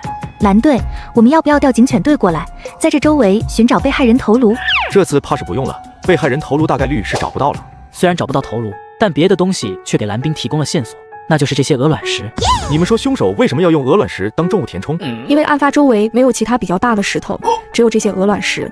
没错了，凶手抛尸的位置一定有很多鹅卵石，而上游的位置哪个地方这种石头比较多？上游4公里左右，桥底就有很多鹅卵石。那行，我们现在就去那个位置瞧瞧。蓝冰等人来到了河流上游4公里处的一河滩的桥下。正常的一个流程，凶手应该是把人杀害分尸之后带到此处，然后去下面的河岸边收集鹅卵石，将鹅卵石放进蛇皮袋和尸块填充好之后，将袋口扎紧，然后从桥上抛下去。收集鹅卵石的工具应该是一把大铁铲，有铲过的痕迹，却没有任何的脚印。凶手做事比较谨慎，想来又是一起有计划、有预谋的杀人分尸案。凶手当时很从容，不担心被人发现。意思是凶手很熟悉这里的环境？有可能凶手不是本地人，就是外地人。怎么说？本地人都知道这个开闸放水的时间，如果等水闸关闭之后，尸体一定会搁浅被人发现。如果凶手是外地人的话，那么被害人也有可能是外地的了。所以这次我没立军令状，直觉告诉我这案子有点麻烦。你要干嘛？别过来啊！你过来我就砍死你！蓝队，你小心啊！跟着蓝冰来破案，人人都是嫌疑犯。现在的情况是，四方县河滩发现一袋碎尸，腐烂严重，没有被害人头颅。很快，天色暗了下来，水位还在涨。大概8点多，水位能达到一个顶峰，所以凶手抛尸的时间应该就在8点左右。晚上回到四方县公安局，大家对今天的工作做了汇报。没有意外，办案民警的走访调查并没有任何成效，没有人报失踪，更没有人认识臀部有蝴蝶纹身的女人，在蝴蝶中间还有一个字母 B。会议结束之后，蓝冰带着林轩再次前往政务室。蓝冰对那些鹅卵石和蛇皮袋进行了检查。鹅卵石基本上可以确定就是在四方桥下挖掘的。至于这个蛇皮袋，在宁海市也是非常常见的，到处都能买得到。这时候，支队法医走了进来，确定被害人以前怀孕生过孩子，并且死亡时间大概在11天前。辛苦了，这个尸检数据还是很有参考价值的。现在基本上可以确定，凶手应该并不是基隆镇的人，因为本地没有人不知道水闸的事情。第二天一大早，开完会之后，专案组有了新的调查方向，那就是重点调查污水镇、三河镇这2个镇。蓝冰和专案组再次前往抛尸地点，他们要在周围进行走访，有没有外地车来过？队长你好，4月3号那天下午6点左右，我看见一辆白色的面包车出现在这附近，并且徘徊了很久。4月3号，这刚好符合被害人死亡时间，而且正好又是下午6点左右。好的，谢谢你的配合。这面包车徘徊来徘徊去的，他应该是在寻找合适的抛尸地点。有这种可能性。哦，对了，这辆面包车看起来很破旧，左边有个灯好像不亮，车子开起来也有点摇晃。根据这一特征，蓝冰立马和林轩前往交通队。很快，经过交通部门的逐一排查，发现三河镇有个名叫吴大强的男人很符合特征。他开的面包车是2手的，同样也坏了一个车灯。走着。好巧不巧，这时候的吴大强刚好开面包车回来。吴大强当即刹车，随后下车，一个劲儿的跑。他跑，他追，他直接钻进了三河镇市集的巷子里，一溜烟就没影了。然而就在林轩分心的时候，一个影子突然出现。站住，别跑！这女警体力怎么这么好？眼看就要追上，吴大强顺手将打铁铺上放着的大砍刀抢了过来，反手就对着林轩一刀劈去。好在蓝冰及时赶到。这蓝冰怎么这么能打？好有安全感啊！所有人不知道的是，蓝冰的异能眼在关键时刻观察到的一切都是放慢速度的。这时候，其他民警也赶来了。都别过来，谁过来我砍死谁！办案民警没有一人带枪，都不敢靠近，只能俯着身子和吴大强周旋。这时候，蓝冰直接从人群里走出来，随后径直朝着吴大强走了过去。你要干嘛？别过来啊！你过来我就砍死你！蓝队，你小心啊！吴大强迎着蓝冰就砍了过去，然而蓝冰只是脑袋微微一偏就避开了攻击，随后顺势一个过肩摔，直接将吴大强摔倒在地。这支队来的神探，除了会破案，格斗技巧也这么强悍吗？很快，其他民警连忙冲过来，将吴大强按在地上，用手铐铐了起来。林轩看着巷子里有个监控探头，他一会儿必须将蓝冰英雄救自己的画面拷贝下来才行。蓝冰，你这功夫是哪里学的？林队，下次抓捕歹徒的事情，你以后不能参与。你什么意思？我不想你受伤。我知道了。破案这条路上没你不行，你要是有个3长2短，咱们这支组合可就得散了。下次遇到这种事情，咱们不要追，知道吗？知道了。这还是蓝冰第一回见到林轩笑，不得不说，他笑起来真的很清纯，让人有种初恋的感觉。很快回到三河镇派出所，叫什么名字？你们抓我，不知道我叫什么名字吗？我再问一遍，叫什么名字？吴大强，年龄籍贯，还有常住地址。44岁，宁海市人，常住三河镇大坎村坡上小组26号。知道为什么抓你吗？我偷了东西。听到这句话，蓝冰和林轩表情变了。你偷什么东西了？铁路局的钢材。听到这个回答，蓝冰和林轩2人意识到情况不对。经过蓝冰的审讯，确认了吴大强并不是赵家河碎尸案的凶手。很快，办案民警将吴大强的另一名同伙，也就是铁路局的出纳员一并抓获。虽然破获了一起盗窃案，但案子的线索也直接断了。傍晚，林轩和蓝冰2人坐在村口的石头上吹着风。蓝冰，你说，要是我们1个月也无法破案的话，后果会怎么样？后果就是嫌疑犯依旧逍遥法外，而我们只要尽力就好。要是我有一双天眼就好了，这样我就能找到所有的罪犯，把他们都抓起来。有时候，即便你拥有了一双天眼，大多时候也无能为力。假如你有了一双天眼，你会用来干什么？我尽量不让自己走上违法犯罪的道路。一般来说，案子到了这个地步，已经毫无头绪，那么想要破案，唯一的办法只有猜测。蓝冰干脆让自己的想法更大胆一些。有没有可能这个纹身并不是被害人的喜好，而是一种标记或者符号呢？比如说，主谋迫使手底下的女子做灰色技师，并且还要求他们所有人都要在臀部纹一个一样的图案，避免与其他同行因为抢生意发生矛盾。晚上，专案组就此事展开了讨论。咱们是不是可以去论坛、网络上发帖，寻求网友的帮助？这个提议好，立刻去做吧。好嘞。果然，没过2天，其中有一个匿名网友的回答引起了张小凡的注意。他声称03年的时候，曾经在沿海的建阳市洗浴按摩，见过臀部上有蝴蝶和字母 B 纹身的女人，而且还不止一个。当时洗浴中心所有的技师身上都有这种蝴蝶纹身。实际上，这种所谓的洗浴按摩就是那种灰色的吧？这个网友还真可以，都被他见过了。所谓的灰色技师，就是可怜的失足女们。言下之意就是，该网友经常在建阳市做活动，并且见过大部分灰色技师身上这个蝴蝶和字母 B 的纹身。如果该网友说的是真的，那么这条线索将会十分的重要。建阳市距离宁海市大概有600多公里，那个地方鱼龙混杂，黑恶势力盘踞，背后隐藏着很多不为人知的东西。如果说被害人真的是一名失足女，那么这件案子的调查方向就得转移到建阳那边了。于是蓝冰继续让张小凡发帖，很快网友还说出了洗浴中心的地点，建阳市宝悦路的阿信大酒店，甚至在当地出现了所谓的暗号，晚上去看蝴蝶啊。他把被害人放床上做什么？应该是放床上进行2次侵犯，头部的血是侵犯过程中剧烈运动溢出来的。真变态！跟着蓝冰来破案，人人都是嫌疑犯。3天过后，案子有了新的进展。阿信酒店有一名女技师失踪了1个多月，而且身高、体型也比较符合被害人特征。这个失踪的女技师名叫王艳梅，今年27岁。蓝队比对结果出来了，确认被害人就是王艳梅。真的？千真万确。这次全靠你想出这个办法，要不然案子还真的无法突破。都是大家的功劳，我不过是提了个建议而已。通过走访得知王艳梅离婚后有个相好叫胡月清，蓝冰立即带专案组前往胡月清的老家调查。很快来到了胡月清的老家，来到院子里全是死鸡死鸭，发出阵阵恶臭，地上随处可见血迹，苍蝇蛆虫到处都是。大家小心，我感觉有点不对劲。蓝队有情况，一具脑袋被砍碎的女尸躺在地上，尸体腐败严重。眼前这一幕，所有人都瞪大了眼睛。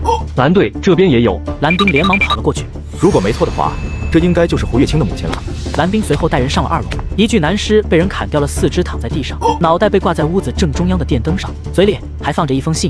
这具男尸如果没错的话，应该就是胡月清本人了。小雨去把信拿下来。张小凡，你去吧，我不太舒服。小凡，你念出来给大家听吧。大概意思是，我王艳梅被胡月清骗得离了婚，他说要和我在一起，结果才知道他有家室，并且把我卖到了老东家，继续做灰色技师，骗我感情又让我受尽凌辱，我要杀了他，他老婆还有他妈，不管谁看到这封信，就证明我复仇成功了。正在大家琢磨案子的时候，蓝冰就发现了端倪。怎么会有第5个人的脚印？怎么了，蓝冰？这血印的脚码大概在43码左右，而胡月清的脚码只有39，王艳梅还有另外2名女性脚码都在38以下，很明显，这里还有第5个人出现。难不成王艳梅还请了帮凶？根据死者身上的伤痕来看，基本上来自于同一凶器，因此动手者应该只有1人，并且这个第5人的脚印只出现在了这里，随后脚印的朝向就变了。会不会这第5人来拜访胡月清，刚好撞到了王艳梅杀人行凶，王艳梅将其当成了胡月清家人，一并追了出去？我猜测王艳梅最后被反杀，杀人者为了防止事迹败露，因此分尸抛尸。我立马安排人对这周围进行排查。办案民警在一处小树林发现了大量带血的衣物，并且还发现了那把镰刀。经过蓝冰勘查，确定这里就是王艳梅遇害的第一现场。根据现场情况来看，这个杀害王艳梅的凶手大概率不是胡月清的朋友或者亲人。没错，如果是胡月清的熟人，那么即便是他杀了王艳梅，那也是正当防卫。意思是凶手前往胡月清家中的目的不纯，对吧？我怀疑凶手是一名盗窃犯，见胡月清一家家境不错，遂入室偷窃，却没想到刚好撞见行凶后的王艳梅，如此阴差阳错，造成了现在的局面。我几乎可以确定，凶手就是方山镇的人。怎么说？我在被害人衣服上发现了一些煤岩石。煤岩石，这是干嘛的？煤岩石是制砖必须的原料之一，而政府为了发展经济、增加就业，在方山镇搞了个砖厂。意思是，嫌疑人不仅是方山镇人，还是砖厂的员工。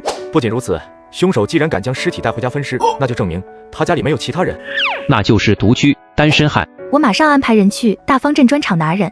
砖厂单身汉，独居男性，鞋码43左右，并且大概率有盗窃前科，这目标已经非常明确了。很快，一名叫做孔庆成的男人成为了办案民警重点关注的对象。于是，蓝冰亲自带队前往孔庆成家中进行调查。这里会不会就是分尸现场？如果我没猜错的话，枕头上也有血。他把被害人放床上做什么？应该是放床上进行2次侵犯，头部的血是侵犯过程中剧烈运动溢出来的。真变态！蓝冰，我发现了这个。蓝冰听言立马走了过去。林轩在孔庆成家的柜子里找到了大量的黄色碟片。凶手应该可以确定了吧？这个柜子积满灰尘，但把手处却是干净的。嫌疑人这1-2天回来过一次，并且在柜子里拿过东西。也就是说，这家伙还没有走远。马上去对途经大方镇所有大巴进行调查，这是唯一离开本地的方式。果不其然，经过半天的调查，大巴车售票员吴某声称，昨天早上有一名符合特征的人上车买过票，目的地是北湖省，今天晚上8点到达。先联系北湖警方，提前在车站蹲守，看看有没有机会。北湖省汉武市便衣民警早已蹲守在车站附近，民警瞬间将目标锁定在了戴帽子的孔庆成身上，瞬间就冲上去将其制服。在铁证面前，他只能认栽了。林正山得知消息后，立马给林轩打去电话。林轩，晚上叫蓝冰回来吃饭，这下可以好好休息休息了，正好跟你俩好好聊一聊。好的，爸。蓝冰连续破了几起大案，身体确实有些疲惫，就答应了。他也正好回家跟林正山聊一聊和林勋离婚的事。蓝冰，我开车，咱们回家。好的，林队。